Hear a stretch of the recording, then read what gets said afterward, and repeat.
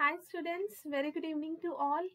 सो last class में हमने potential due to spherical shell का टॉपिक स्टार्ट किया था, जिसमें हमने सिर्फ एक बेसिक केस किया था कि हम पोटेंशियल अगर हम आउटसाइड के केस में निकालते हैं सो हम फॉर्मूला यूज करते हैं के क्यू बाय आर, और वहां पे आर वेरिएबल होता था।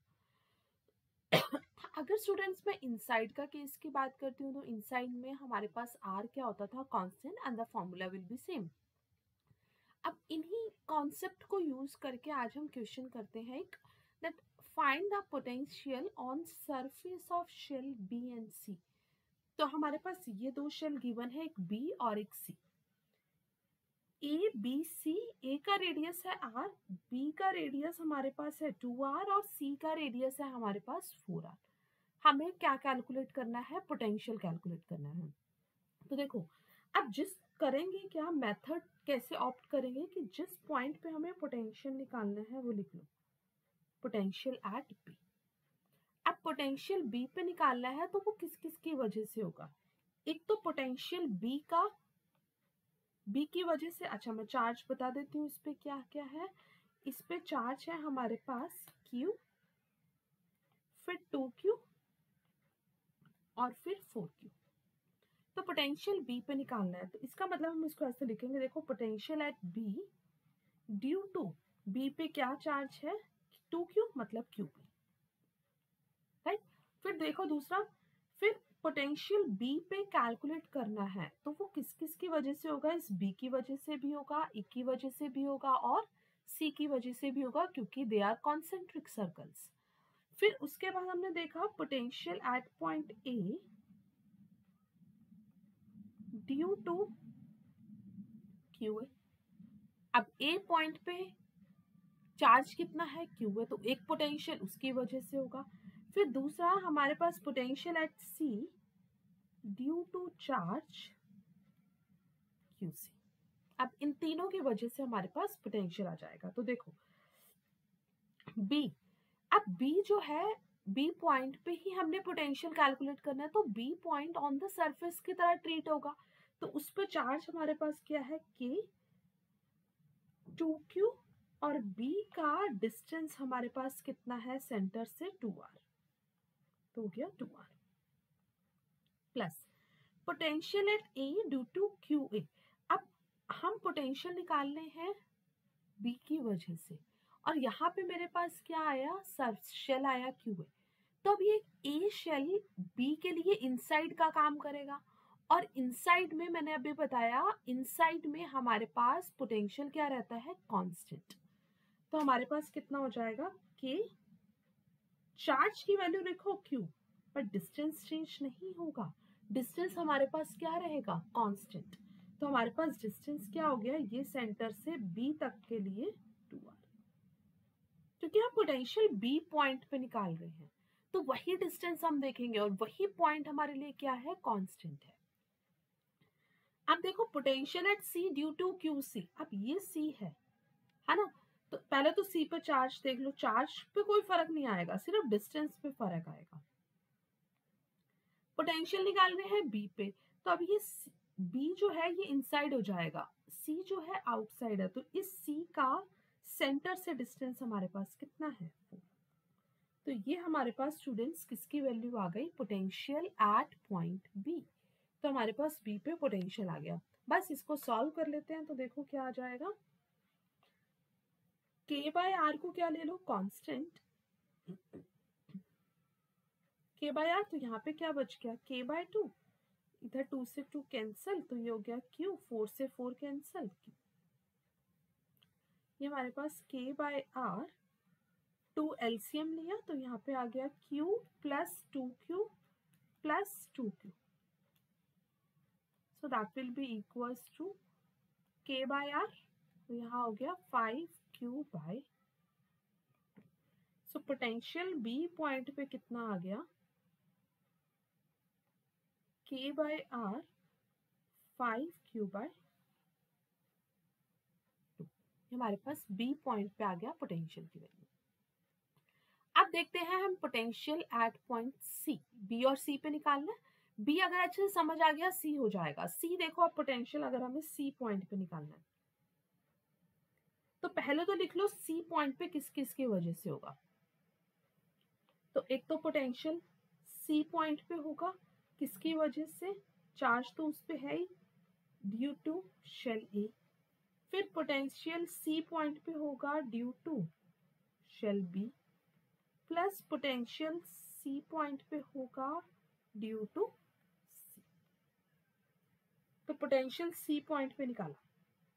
अब सी पॉइंट पे ए की वजह से देखना है ए, तो ए पे चार्ज कितना है Q.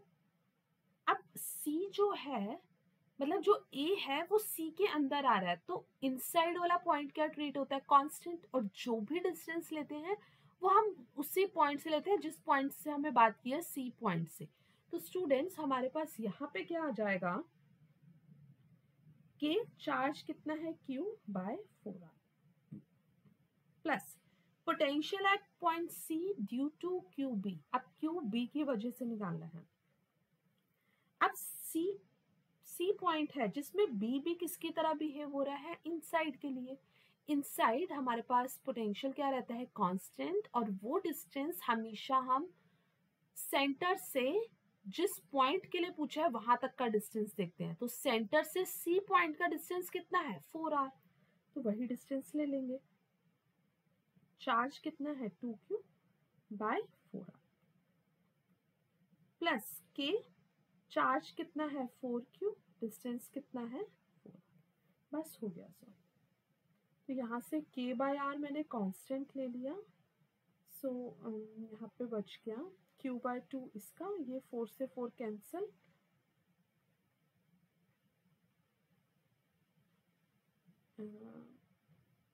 K by R common लिया ना सिर्फ, यहाँ पे बच गया Q बाय 4, Q बाय 2 और यहाँ बच गया Q। तो सॉल्व करोगे हमारे पास पोटेंशियल एट पॉइंट C आ जाएगा K बाय R, ये हो जाएगा 7Q बाय 4। ये हमारे पास आ गया पोटेंशियल एट पॉइंट C। सो बस सिंपल सा कॉन्सेप्ट है, निकालने का मेथड क्या है इनसाइड और आउटसाइड, और इसके लिए लास्ट क्लास बहुत इंपॉर्टेंट थी, वहाँ पे मैंने डिटेल में समझाया था कि हमें कैसे उसको कैलकुलेट करना है। अब इसी से रिलेटेड कई बार क्वेश्चन आ जाता है हमारा अर्थिंग पे। सो earthing is also one of the most important topic. देखो क्या है अर्थिंग में,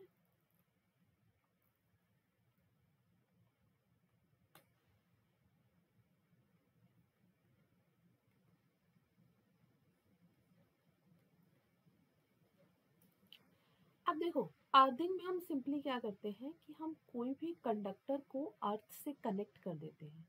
तो जब हमने उस कंडक्टर को अर्थ से कनेक्ट कर दिया तो बेसिकली हमारे पास हुआ क्या कि उसका पोटेंशियल क्या हो गया 0। उस पर्टिकुलर कंडक्टर का हमारे पास पोटेंशियल क्या हो जाएगा 0, राइट।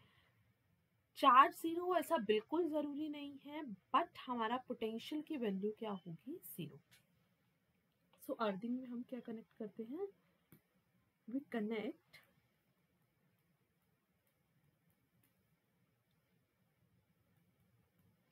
एनी कंडक्टर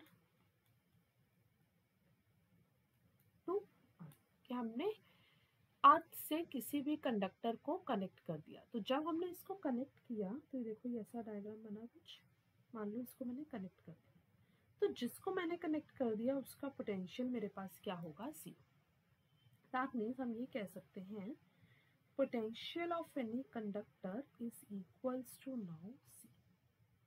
बस ध्यान ही रखना है कि किस कंडक्टर की अर्थिंग की है उसका पोटेंशियल हमारे पास 0 हो जाएगा। उसके बाद बाकी सब कॉन्सेप्ट मेथड सेम है स्फेरिकल शेल का, जैसे हमने क्वेश्चंस किए। देखते हैं क्वेश्चन इसके रिलेटेड।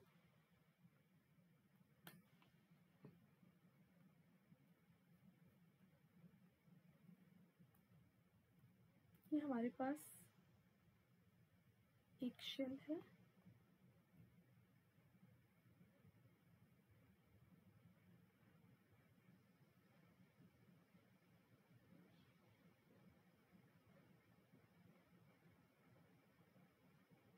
ठीक है चलो ये दूसरा शेल है और एक ये तीसरा शेल है।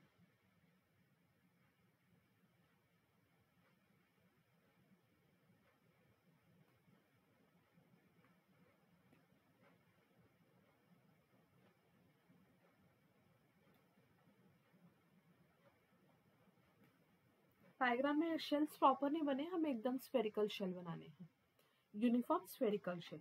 अब ये शेल में हमारे पास जो चार्ज डिस्ट्रीब्यूट है, लेट मी चेक क्वेश्चन में, इसका रेडियस तो हमारे पास है r, फिर नेक्स्ट रेडियस है हमारे पास 2r, फिर नेक्स्ट रेडियस है हमारे पास 4r, r, 2r and 4r।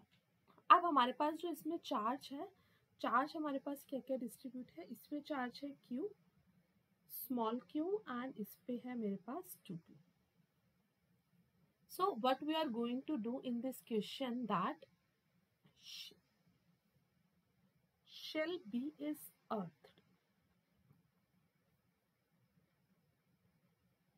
तो जब हमने शेल B को अर्थ कर दिया तो हमें क्या करना है, उस पे चार्ज कैलकुलेट करना है कि after earthing what will be charge, find shell, find charge on shell after earthing.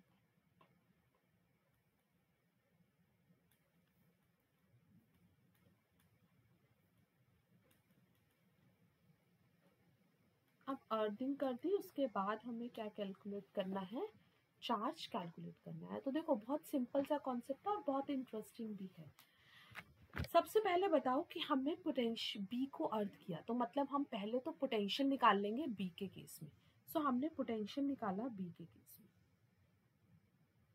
तो बी के केस में पोटेंशियल किस किस की वजह से होगा, एक तो पोटेंशियल एट पॉइंट बी, किसकी वजह से, ड्यू टू ए, फिर potential at point B again due to A, sorry B पे निकाल रहे हैं, उसके बाद बी की वजह से, फिर potential at point B due to C. अब कौन किसके लिए आउटसाइड है, कौन किसके लिए इनसाइड है, सिर्फ इस बात का ध्यान रखना है, and you will get your answer. So अब देखो स्टूडेंट्स क्या हो रहा है, potential at point B due to A, B and C. अब बी के लिए ए जो है इनसाइड का काम कर रही है ना, तो सेंटर से बी तक का डिस्टेंस देख लेंगे, चार्ज किस पे, ए पे कितना है, क्यू, फिर सेंटर से बी तक का डिस्टेंस देखेंगे, क्योंकि हम बी के लिए पोटेंशियल निकाल रहे हैं। देखो तीन क्वेश्चंस किए, तीनों में सेम कॉन्सेप्ट यूज कर रहे हैं।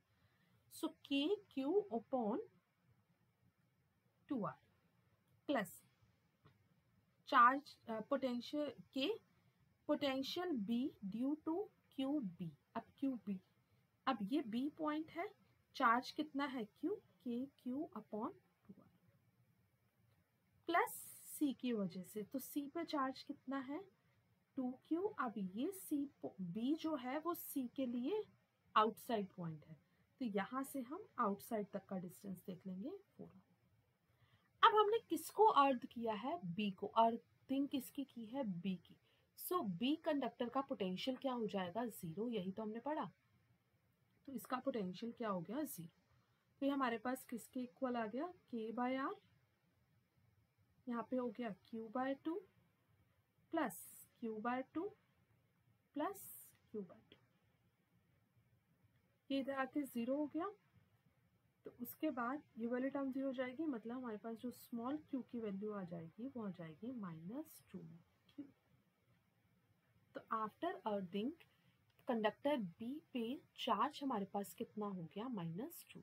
आई होप ये सबको क्लियर होगा। सो इससे रिलेटेड बहुत सारे क्वेश्चंस हैं जो कि कॉम्पिटिटिव एग्जाम में, जेई के एग्जाम में स्पेशली पूछे जाते हैं। सो इसके क्वेश्चन HCV से ट्राई कर सकते हो, सिंगेज से ट्राई कर सकते हो, या फिर कोई भी बुक जो तुम फॉलो कर रहे हो वहां से इसके क्वेश्चन जरूर ट्राई करना।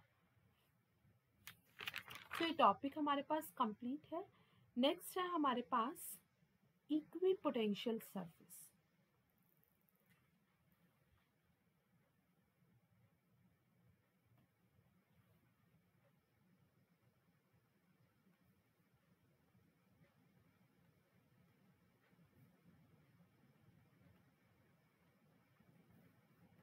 सो इक्विपोटेंशियल सरफेस का मतलब क्या है, एक ऐसा सरफेस जहां पे हमारे पास हर पॉइंट पे पोटेंशियल की वैल्यू क्या हो, same. that is known as equipotential surface. So you can write the definition: a surface on which potential is equal or same everywhere, right? So that is known as equipotential surface. अब equipotential surface के लिए example देखते हैं. देखो कैसे है. जैसे मान लो हमारे पास कोई पॉइंट चार्ज है प्लस क्यू, ठीक. अब ये पॉइंट चार्ज है प्लस क्यू, तो ये प्लस क्यू पॉइंट चार्ज है, तो हमें पता है कि इसका जो गॉसियन सरफेस बनता है पॉइंट चार्ज की वजह से वो कैसा बनता है, स्फेरिकल. तो ये बन गया स्फेरिकल. अब हर पॉइंट से, सेंटर से हर पॉइंट से उसका रेडियस तो मेरे पास कितना होगा, आर. मान लो ये 1 2 3 4. अब हमारे पास जितना पोटेंशियल 1 पे होगा उतना ही मेरे पास कितने पे होगा, 2 पे, उतना ही किस पे, 3 पे, उतना ही किस पे, 4 पे. और वो किसके इक्वल होगा, के क्यू बाय आर. तो हमारे पास इसका मतलब यहाँ से ये आ गया कि पोटेंशियल जो है हर पॉइंट पे सेम है, that is known as equipotential surface. So यहाँ पे हमारे पास स्टूडेंट्स क्या हो गया, that a concentric spheres with charge as center of sphere are equipotential surface. इसको एक बार नोट कर लो जल्दी से.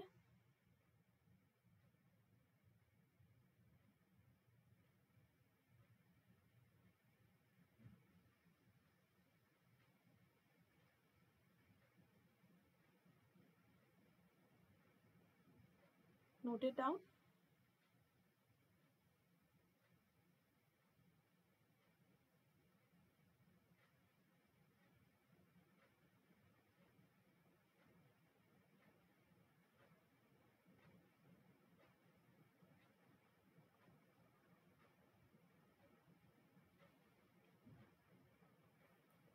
अब देखो अगर हमारे पास लाइन चार्ज है,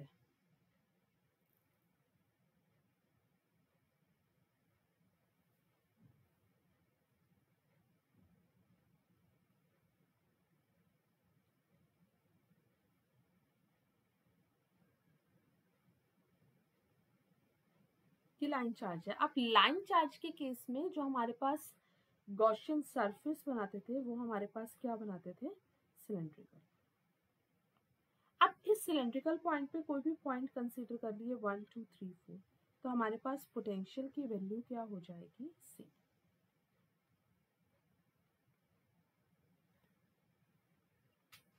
So this is known as equipotential surface, right? अब इक्विपोटेंशियल सरफेस है तो इसकी कुछ प्रॉपर्टीज भी होंगी. So let's discuss some properties of equipotential surface.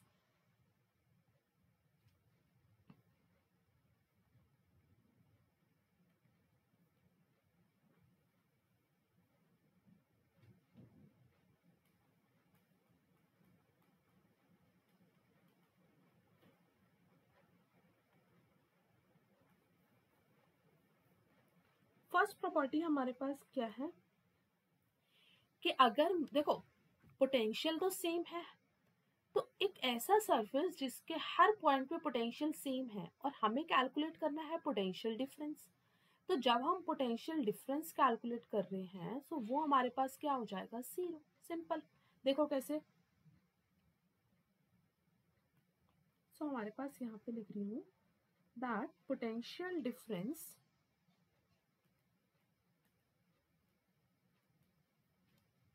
between any 2 point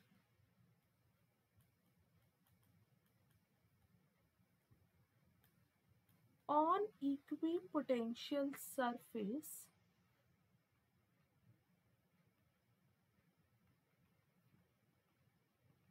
is zero. कि इक्विपोटेंशियल सरफेस है, मान लो ये सरफेस है जिसपे ए और बी का पोटेंशियल सेम है. सो अगर इसका पोटेंशियल भी वी है, इसका भी वी है, तो उनका डिफरेंस तो बट ऑब्वियस जीरो हो जाएगा ना. सो इसका मतलब V A minus V B मेरे पास क्या हो जाएगा, जीरो. राइट. सेकेंड प्रॉपर्टी हमारे पास क्या है that no work is done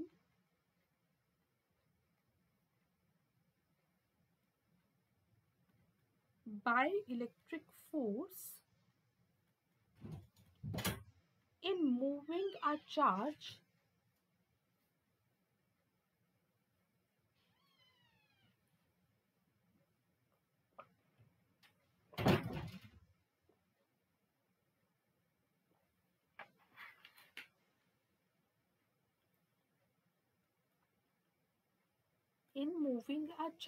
on equipotential surface.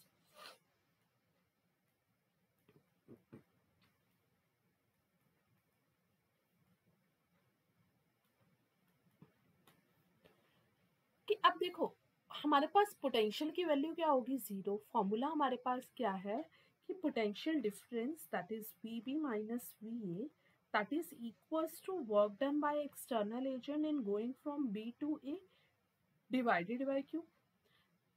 अब ये वैल्यू तो जीरो हो गई, ये जीरो हो गया तो इसका मतलब work done by external agent भी क्या हो जाएगा, जीरो। इसका मतलब अगर हम इक्विपोटेंशियल सरफेस पे एक चार्ज को मूव करा रहे हैं एक पॉइंट से बी पॉइंट तक, तो उस पे हमें कोई भी वर्क नहीं करना पड़ेगा। No work has to be done in moving a charge through a equipotential surface.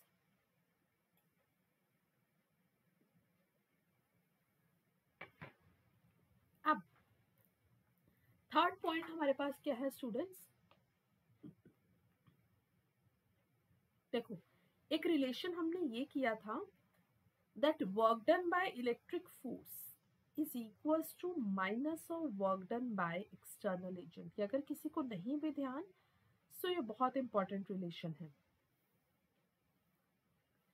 कि इलेक्ट्रिक फोर्स का जो वर्क डन है वो work done by external agent से नेगेटिव होता है। सो अब हमारे पास ये work done by external agent zero आ गया, so that means work done by electric force पे क्या होगा, जीरो। सो इसका मतलब हम यहाँ पे ये बोल सकते हैं that work done by electric force is zero। कि अगर हम इलेक्ट्रिक फोर्स के लिए कुछ वर्क कर रहे हैं so that will also be equals to zero. Next है हमारे पास the direction of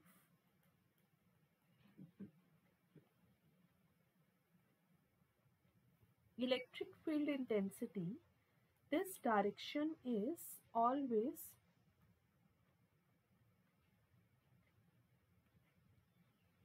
perpendicular to equipotential surface।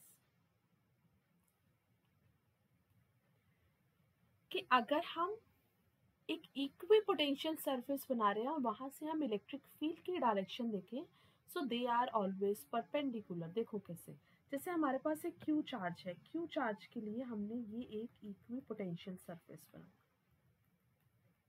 ठीक। ये इक्विपोटेंशियल सरफेस बनाया और हमें पता है कि पॉजिटिव से इलेक्ट्रिक फील्ड लाइंस की डायरेक्शन क्या होती है, आउटवर्ड्स, राइट। सो पॉजिटिव से इलेक्ट्रिक फील्ड लाइंस हमारे पास क्या होंगी, outwards.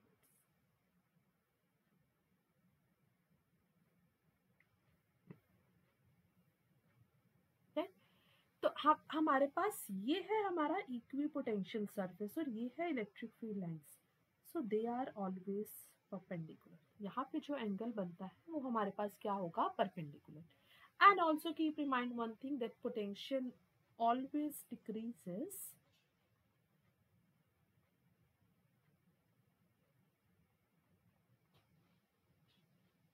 in the direction of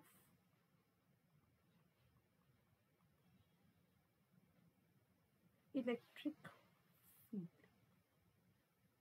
कि अब पोटेंशियल की वैल्यू हमेशा हमारे पास, अगर हम इलेक्ट्रिक फील्ड की डायरेक्शन में चल रहे हैं, देखो ऐसे इलेक्ट्रिक फील्ड की डायरेक्शन में चल रहे हैं, तो हमारे पास वहां पे पोटेंशियल हमेशा क्या होगा, डिक्रीज होगा।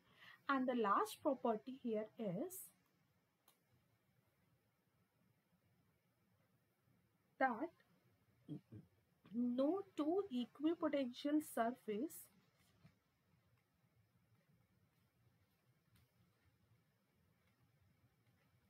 Can never intersect each other, कि दो इक्वी पोटेंशियल सरफेस कभी भी इंटरसेक्ट नहीं करेंगे, क्योंकि अगर वो इंटरसेक्ट कर गए तो उस पॉइंट पे दो डायरेक्शन हो जाएंगे, विच इज नॉट पॉसिबल, और ये हम हर बारी हर चैप्टर में करते हैं। सो आई होप ये अभी तक सबको क्लियर हो गया होगा कि कभी भी दो डायरेक्शंस, दो वेक्टर क्वांटिटी इंटरसेक्ट नहीं करती है, रीजन भी क्योंकि उस पॉइंट पे दो डायरेक्शन हो जाएंगे and which is not possible.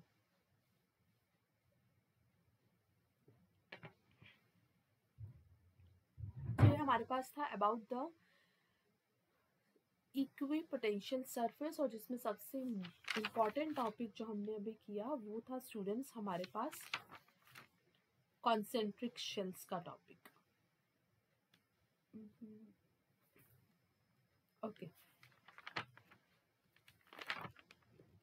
ठीक है, तो यहाँ तक हमने डिस्कस कर लिया।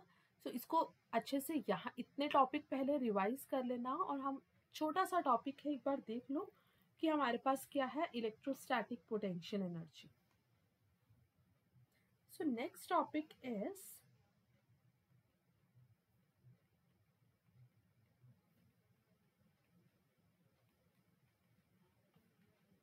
Electrostatic potential energy. देखो अब इलेक्ट्रोस्टैटिक पोटेंशियल एनर्जी क्या है।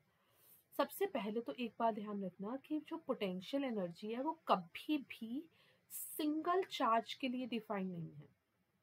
पोटेंशियल एनर्जी जो डिफाइन है वो हमारे पास है सिस्टम ऑफ चार्ज के लिए डिफाइन है, it is not defined for a single charge. ठीक, तो यहीं से देखो जैसे हमारे पास है क्यू चार्ज है, अगर ये क्यू चार्ज आर डिस्टेंस से सेपरेट है तो यहाँ से हम इलेक्ट्रिक फील्ड इंटेंसिटी बता सकते हैं किसके इक्वल है, K Q by are square. यहाँ से हम पोटेंशियल बता सकते हैं किसके इक्वल है, K Q by R, electric field intensity भी और पोटेंशियल भी। बट यहाँ से हम पोटेंशियल एनर्जी को नहीं डिफाइन कर सकते हैं। इस सिस्टम के लिए हमारे पास पोटेंशियल एनर्जी क्या होगी, जीरो। सो मैं ये बोल सकती हूँ कि potential energy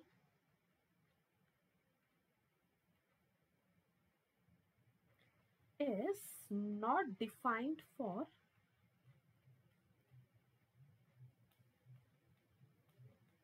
single charge, that it is defined for a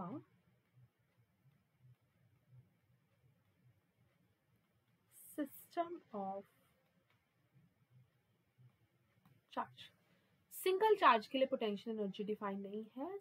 potential energy हमारे पास किसके लिए डिफाइन है, पूरे एक सिस्टम के लिए डिफाइन है। जैसे अगर मैं ये बात करूं कि हमारे पास दो चार्जेस हैं, एक है Q1, दूसरा है मेरे पास Q2। इस कॉन्फ़िगरेशन को नाम देते हैं इनिशियल कॉन्फ़िगरेशन। ये है मेरे पास Q1 और ये है मेरे पास Q2। ये हमारे पास है कॉन्फ़िगरेशन। दो कॉन्फ़िगरेशन है, इनिशियल कॉन्फ़िगरेशन और फाइनल कॉन्फ़िगरेशन। अब यहाँ से अगर मैं पोटेंशियल एनर्जी की बात करूँ, अभी बताया कि जो पोटेंशियल एनर्जी है हमारे पास क्या होगा, minus of work done by conservative force,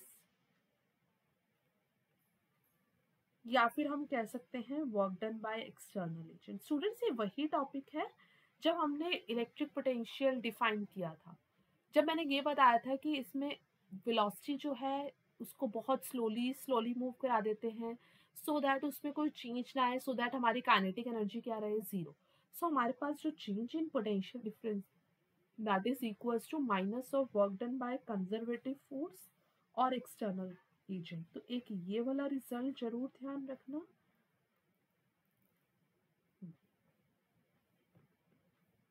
सो हमारे पास यहाँ से स्टूडेंट से एक रिलेशन आ गया। सो अब अगर मैं वर्क एनर्जी थ्योरम डिफाइन करती हूँ,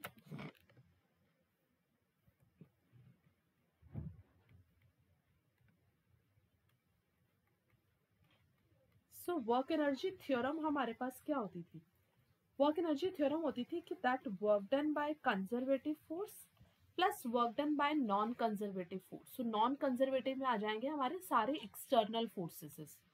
सो work done by external force that is equals to change in kinetic energy. अब चार्ज को हम बहुत स्लोली मूव करा रहे हैं तो वेलोसिटी कांस्टेंट, तो kinetic energy zero. If kinetic energy is zero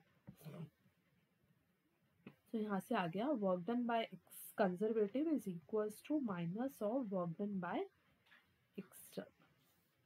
तो ये दो रिलेशन इंपॉर्टेंट हैं न्यूमेरिकल्स को सॉल्व करने के लिए. सो स्टूडेंट्स यहाँ तक अच्छे से करके आना, एक बार रिवाइज कर लो बहुत अच्छे से. फिर नेक्स्ट क्लास में हम पोटेंशियल एनर्जी के सिस्टम के लिए क्वेश्चंस देखेंगे कि अगर सिस्टम ऑफ चार्जेस हैं तो हम पोटेंशियल एनर्जी कैसे कैलकुलेट कर सकते हैं. एक या दो लेक्चर में हमारे पास ये चैप्टर, आई विल ट्राई कि नेक्स्ट लेक्चर में ये कंप्लीट चैप्टर हो जाए. ठीक है, तो यहाँ तक अच्छे से न्यूमेरिकल्स की प्रैक्टिस कर लेना, उसके बाद हम नेक्स्ट क्लास में इसको आगे कंटिन्यू करते हैं. Okay then students, have a nice day.